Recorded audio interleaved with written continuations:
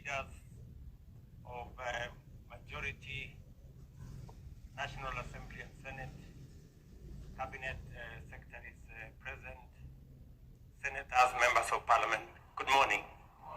Hamjambo. Let me take this opportunity to welcome all of us to this retreat of both the executive and our members of the legislature. Karibuni sana to Naivasha. I came last evening. I thought we were going to have a bonfire, but I found many of you had already, I think you had other assignments.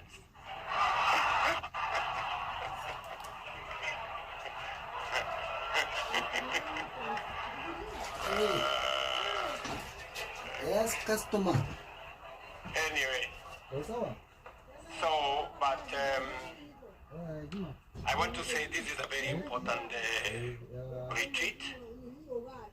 It is the first retreat we are having combining both the members of the executive ministers and the cabinet secretaries and the principal secretaries together with our members of parliament.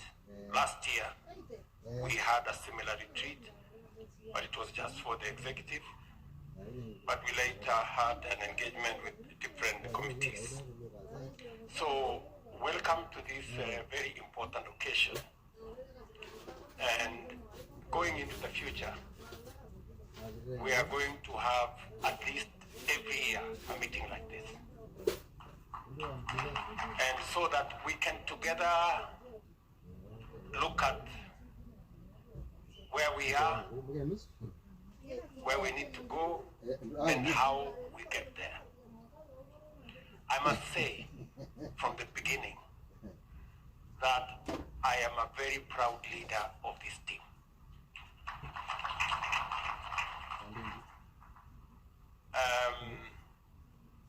The last 1 year has seen us do very many things,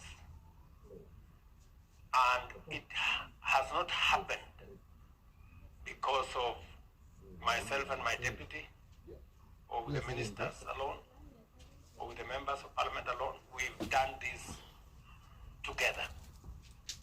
And I want to appreciate the input, the contribution of each and every one of us to the place where we are today. I want to remind you, friends, that we have a historic opportunity to change our country. Many of you may not appreciate, because some of us are first-timers and others do not have as much experience. I am among now the oldest people around here in terms of being around politics and leadership. I want to tell you from where I sit, we have a moment in history to unlock the potential that Kenya has always had and to take this country to the next level. I want to urge you that let us not waste this moment. It is a moment when we have a manifesto that I believe, if implemented and when implemented, it can transform Kenya. We have the numbers, both in the Senate and in the National Assembly, to assist us to change Kenya. I want to urge you, I know there is always a temptation to do what politicians do, and that is to focus at the next election. I want to urge you, let's do what leaders would do. Let's focus at the transformation of our country, and let us focus at what contribution we can make to change the destiny of our country by focusing on the next generation.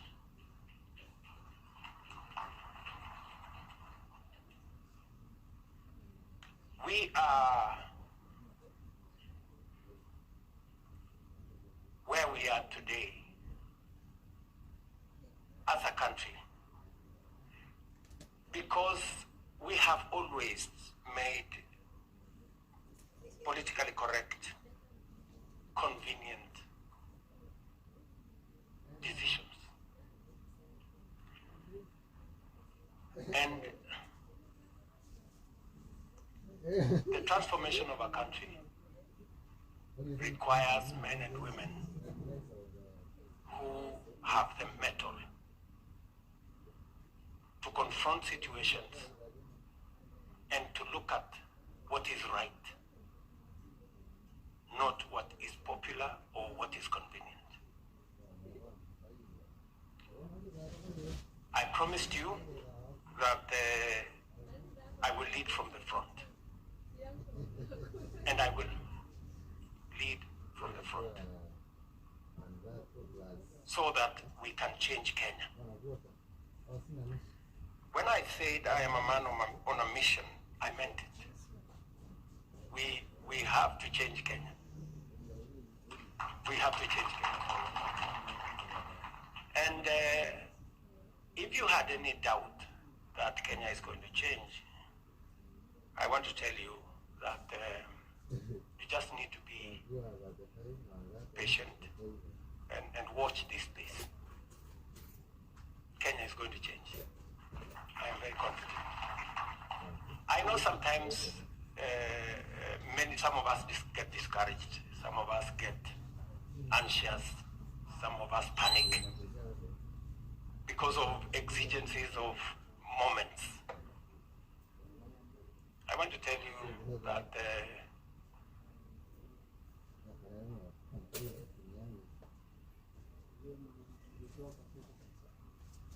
we are going to take Kenya to where we've always wanted Kenya to be. Yes. Many people across the globe believe in Kenya. We must not be the ones who do not believe in our country. There are many people who have confidence in Kenya.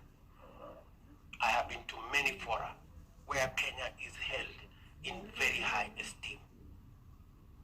We must not be the ones to undermine our own country.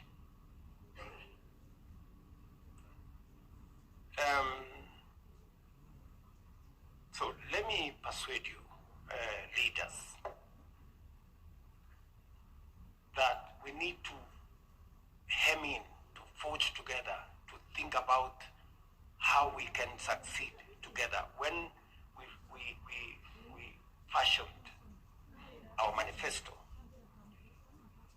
we were very clear about where we wanted to take Kenya. We were very clear about how to deliver on jobs.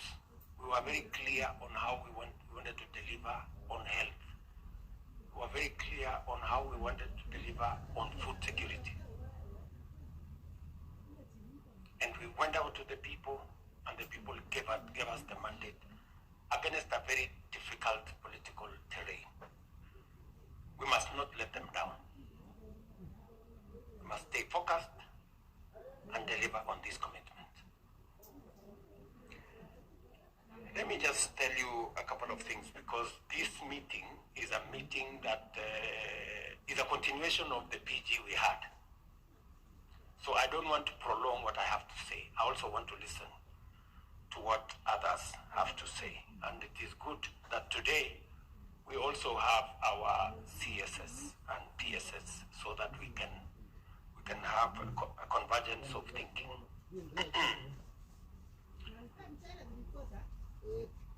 We will need to collectively, and I like what Ishuma said, there is no other government in parliament it is our members of parliament. You are the government. So don't stop pointing at some government. There is no other government. You are the government. Yes, you are the government. So don't imagine that there is another government, I don't know where. We all went to the elections, campaigned on the same podium. You heard me talk about housing. You heard me talk about universal health coverage. When it comes to implementation, sasa watu wanaanza sijui sasa unajua kitu imekaa sijui namna gani. Sasa mlikuwa mnafikiri kitu itafanyika namna gani? This is how it's going to happen. You know, when the rubber meets the road, don't start kusema ilikuwa ikaenda ikarudi. Hapana. We stay the course.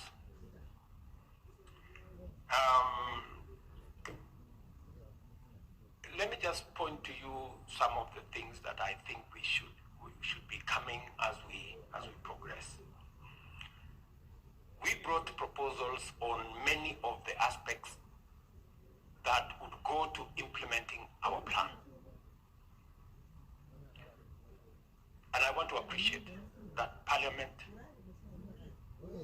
has been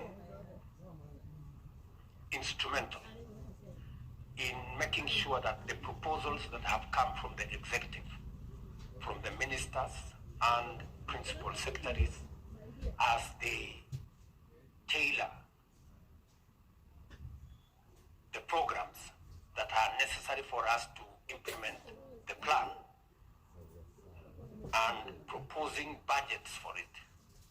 Parliament have done their bit, making sure that there are resources that are allocated for us to be able to implement the plan.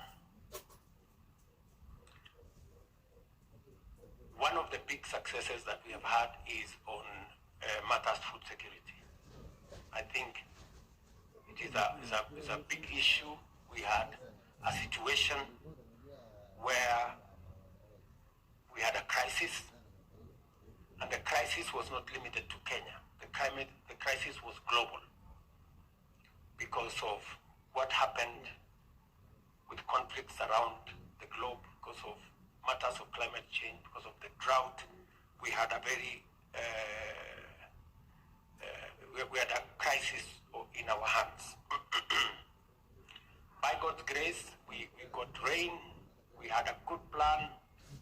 You people allocated money for fertilizer. The Ministry of Agriculture and all the other agencies helped in making sure that that fertilizer got where we wanted.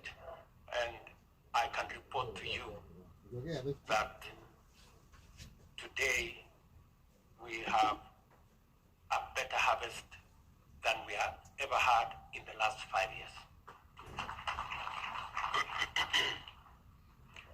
And we have today also upped our plan for next year to increase fertilizer that is available. I want to ask all of us here as leaders to look out, you know, you as members of parliament, look out, make sure that you work with the ministry to make sure that your constituents, your regions, your areas have access to subsidized fertilizer. We have standardized the cost of fertilizer as 2,500 for all fertilizers. Speak to Mithika Linturi, speak to his peers, speak to the cereals people, speak to all those, and make sure that they do what they must, coordinate with them so that you can get the right farm inputs in your areas. We are proposing to expand the coffee cherry fund. Again, in the supplementary estimates, we will be coming to Parliament to ask for some allocations. We are working on with Treasury on how that can be facilitated, because coffee has had a very difficult time with the cartels and all the other characters in there. But I think it is taking a turn in the right direction. So we will be working with you to make sure that we settle that. Same thing to do with tea and all the legislations that are on the pipeline, and also in the sugar sector. We have just disbursed the first 1.7 billion in the sugar sector. We're working on the reforms in that sector, and hopefully in a couple of months we will be able to have a new space for our sugar industry to flourish again. Also, as you have heard me commit, we are working with KCC. We will be coming to Parliament for another allocation of maybe about 1 billion shillings, just to make sure that our milk producers are paid on time. We have made a decision together with the stakeholders. I had a long meeting with them in Nakuru. The milk processors, we have agreed that from 1st of March, we are going to pay milk farmers 50 shillings per litre, and we have also said that it will be paid on time. We are also working so that from the 1st of July, like happens elsewhere in the world, that farmers are paid every 15 days. Because those farmers who are doing commercial dairy deploy a lot of capital, so they need money regularly. So we are working with the industry so that we can deal with that. We are also working with development partners to enhance the capacity of our processors so that we can restructure our milk delivery so that we concentrate on two areas. We concentrate on supplying the lower market, and we have a big opportunity for export. It is a very positive thing that actually our milk products, the premium milk products, have markets globally, including in the US. So we have an opportunity to reconfigure that space, and we are working with the milk processors in that corner. We also will be coming to Parliament to ask you to, because we are working with some development partners, to see how we can resource the Agricultural Finance Corporation to give it more leverage to be able to support our farmers with affordable credit. I want to congratulate all of us that we have now the 4 pieces of legislation to underpin our universal health coverage. Congratulations to everybody. I know the ministry and the committee in Parliament and Parliament itself, you have done a phenomenal job, and I very sincerely appreciate. We are now working on the regulations, and we want to see whether we can conclude this. I don't know, Susan. I don't know if Susan is here. Okay. When do you think the regulations will be done? One of the years.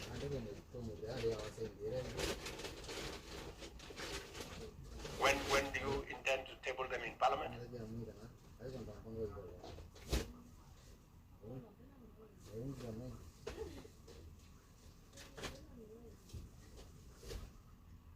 So within 15 days, or 10 days? 10 days. So the committee, the chair of the committee, health committee in Parliament, I don't know, Mr. Daktari Bukose and my good brother there, Pato. So please coordinate, because those are very important instruments for us to be able to roll out the universal health coverage. Delegated, it is delegated legislation. Okay. Mheshimiwa more fire there, and Chepkonga, and my good friend Kishimo. So please, let's see how we can accelerate that, because we made a commitment that the people, indigents, we're going to pay for indigents, the people who cannot afford, and then we are going to adjust the contribution framework so that everybody pays a commensurate or a proportion of their incomes. Let me also tell you that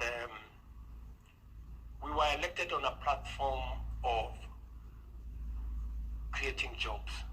It is important. And I have always made the argument that if we are spending, and you in parliament are the people who allocate money, we are spending 650 billion every year for the education of our children, from nursery school to university.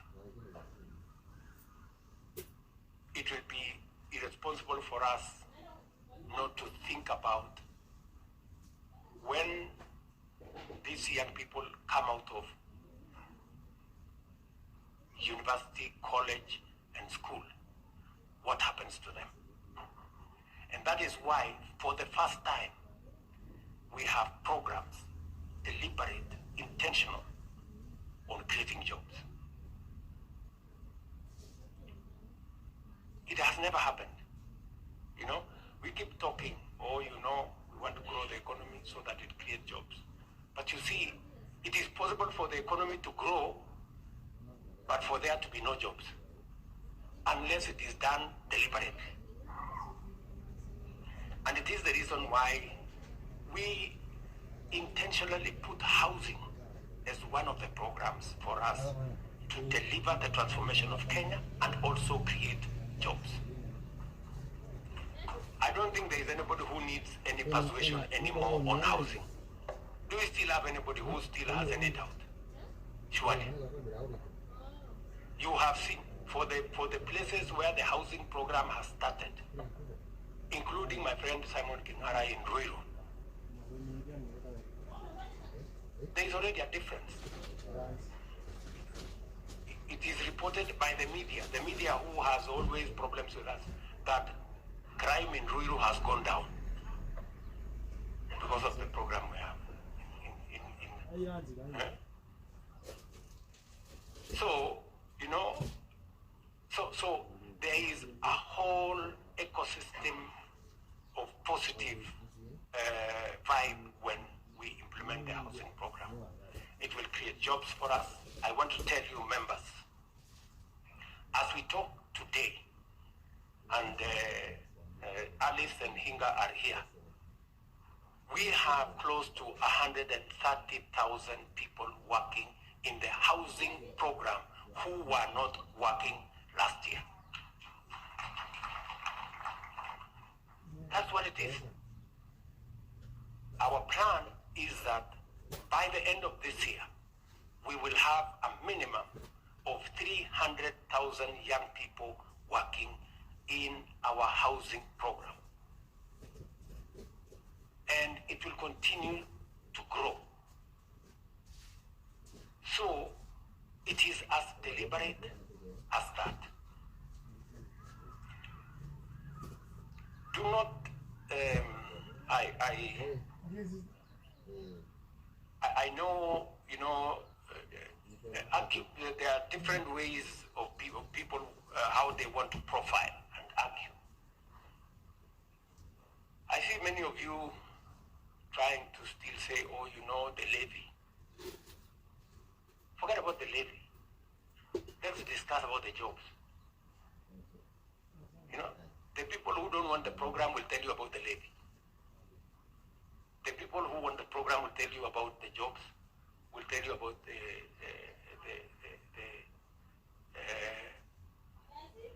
making sure that we have decent households and making sure that we have new home owners. So I think we are past.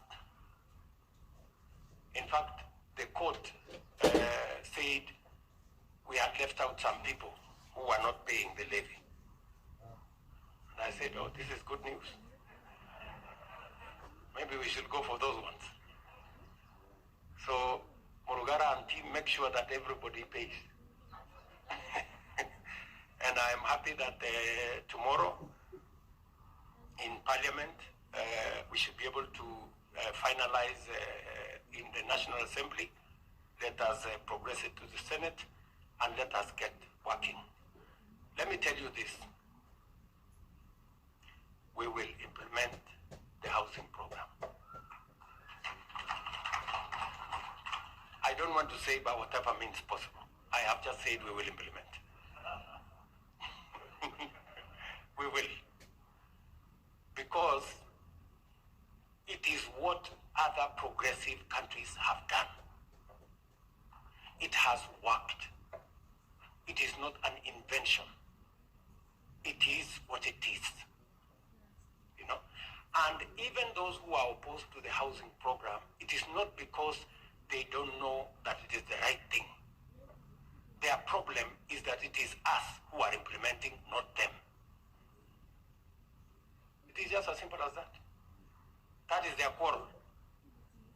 In fact, when I had one of our friends say yesterday, I don't know the day yesterday or the day before, that when he sees things, he feels like crying. It is true. Because they are now wondering, it was actually true that housing was possible, and we wasted time on reggae. You know, they feel like crying because they can actually see this housing was actually possible. So that's what it is. Many people thought it was not possible. They can now see that it is possible.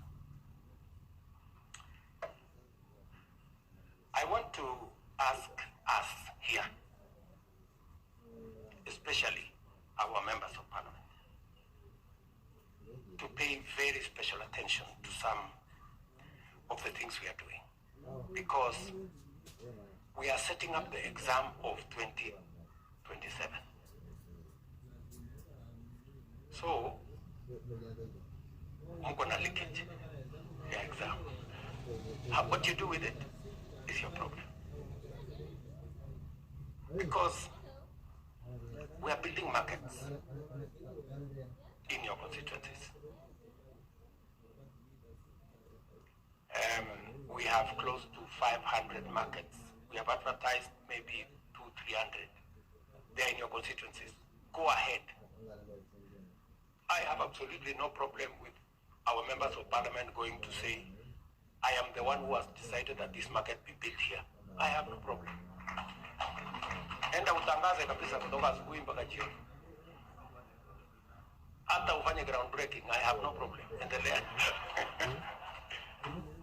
Yeah? Because this is your exam. This is a commitment we made to Mama Mboga, didn't we? Yes. We went to every forum. Mamboga wakatuambia tunapigwa na jua, tuko na shida, tunapigwa na mvua, hatuna mahali choo, hatuna maji, hakuna stima, hakuna nini. So we now have an opportunity to do that. Don't let it happen without you. Wewe kazi yako ni kuinspect every week. Unatembea kidogo, unapitia hapo, unasema sasa unaongea hapo, unasema hii kazi kabisa.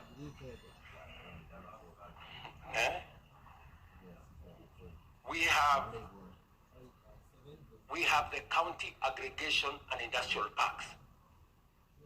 Members, we have the county aggregation and industrial park. It is a partnership between the counties and the national government. You have a role to play. You know, make sure you go and inspect pipe in your county. We have now 5 special economic zones, 6 actually, including one of the biggest here in Naivasha. In Naivasha, as we committed, we're going to have a huge industrial city here in Naivasha. We have just concluded the procurement and the purchase of 5,000 additional acres here to Alice.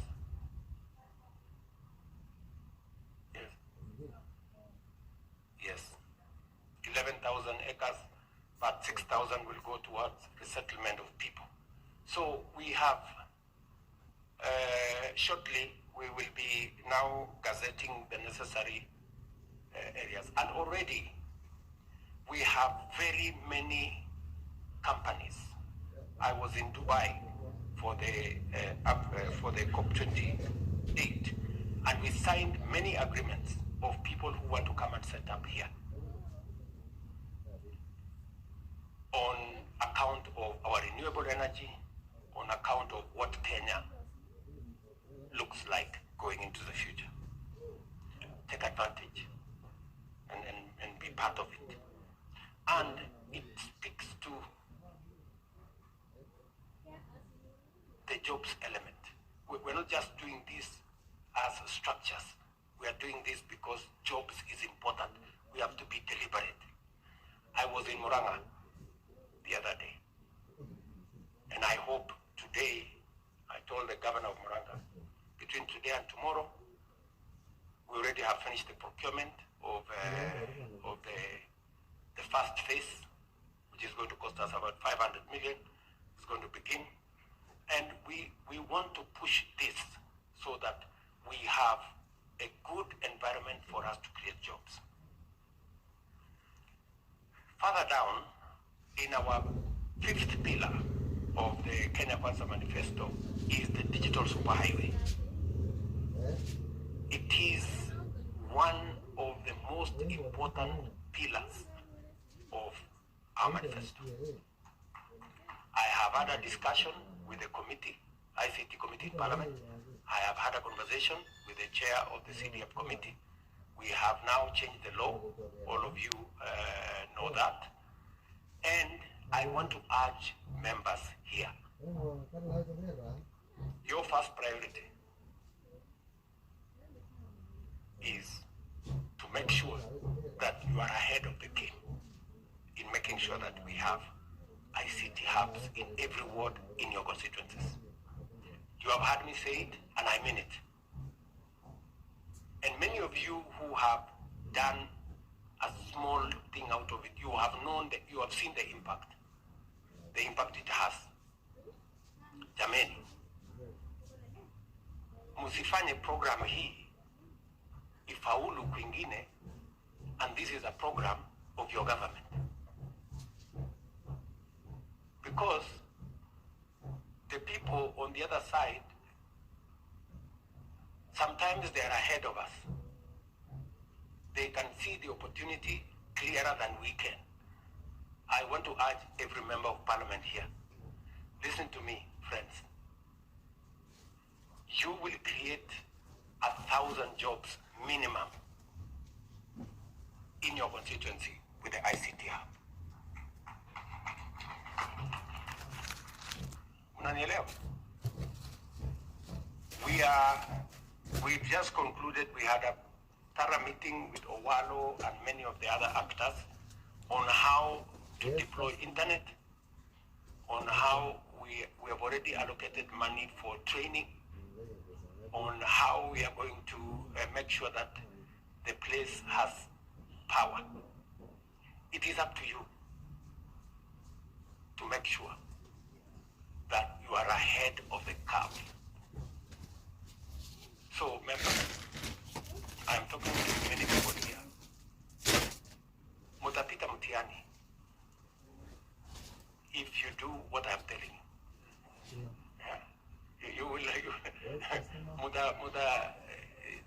we are setting up the exam for 2027. So, mujipange.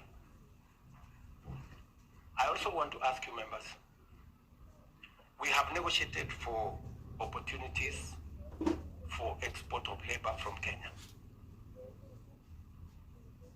We advertised the other day for 2,500 nurses. Bore and Mwadime, how many nurses have we got so far? Imagine, we have only 500. And these are people who are going to earn 200,000 plus.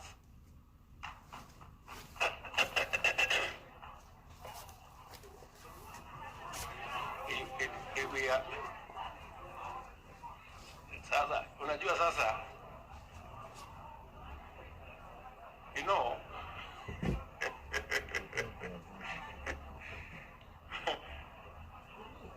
look here, guys, you know, number one, it was advertised in the press, number one. Number two, Mimi, I have talked about this thing in every meeting, continuously. Sasa wewe, wakati unaketi kwa hiyo mkutano hivi, unasikia president huyu anasema iko nurses. Wewe ujiulize kwa kichwa hii nurses, ukitoka hapo kwa hiyo mkutano, si unaenda kutafuta mahali hiyo iko nurses, hawa nurses.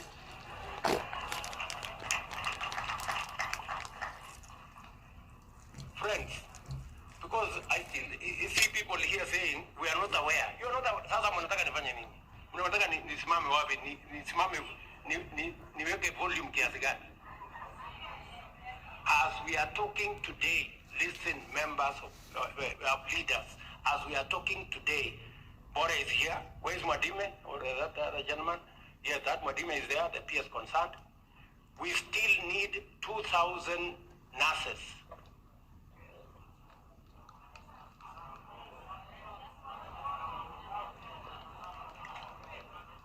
Nabado, just wait. Waja takugaba, leteni kwanza tujaze ndio tuone. I'm just giving you the example. Go look for, we have an intelligent person will live here and go and do what they must do. You have constituents. They will take a lot of offense if they discover that there are opportunities. Imetangazwa everywhere and nobody has come for them. That is not enough. We have 500,000, maybe 1 million of such opportunities. Mnanielewa? It has to be deliberate. Somebody has to do some homework. I am trying to set up the bureaucracy. Tumepata tu challenge kidogo. We were to set up both the bureaucracy in NITA and in NEA to support you on making sure that you have as much information as possible, because I have negotiated many opportunities for young people in Kenya. In fact, my Rosalind there just came back from Germany. We are almost concluding the agreement with the German government, because they have asked us for 250,000 job opportunities. And they want us to conclude the agreement before June. Is that right, Rosalind? The same thing is going on with different countries. And it is important for me to talk to you, good people, so that you concentrate your energy in the right place. Unanielewa? Concentrate your energy as a people's representative. I thought we have so many people looking for jobs in our offices. Si tuko nao wengi. And so many. Sindio? So, please, let us work together because there are jobs out there. There are young people all over the place. We need to connect them to the opportunities. And please take what I am telling you seriously. You know, I am not talking politics. You know, kuna maneno tunaongeanga hewa. I am not talking hewa. I am talking to you reality. So, please, any serious leader will listen to what I am saying and do something about it. Tunaelewana? Because the only thing I find when I come to counties, watu wananiambia, oh, kuna mwanasiasa fulani alianguka.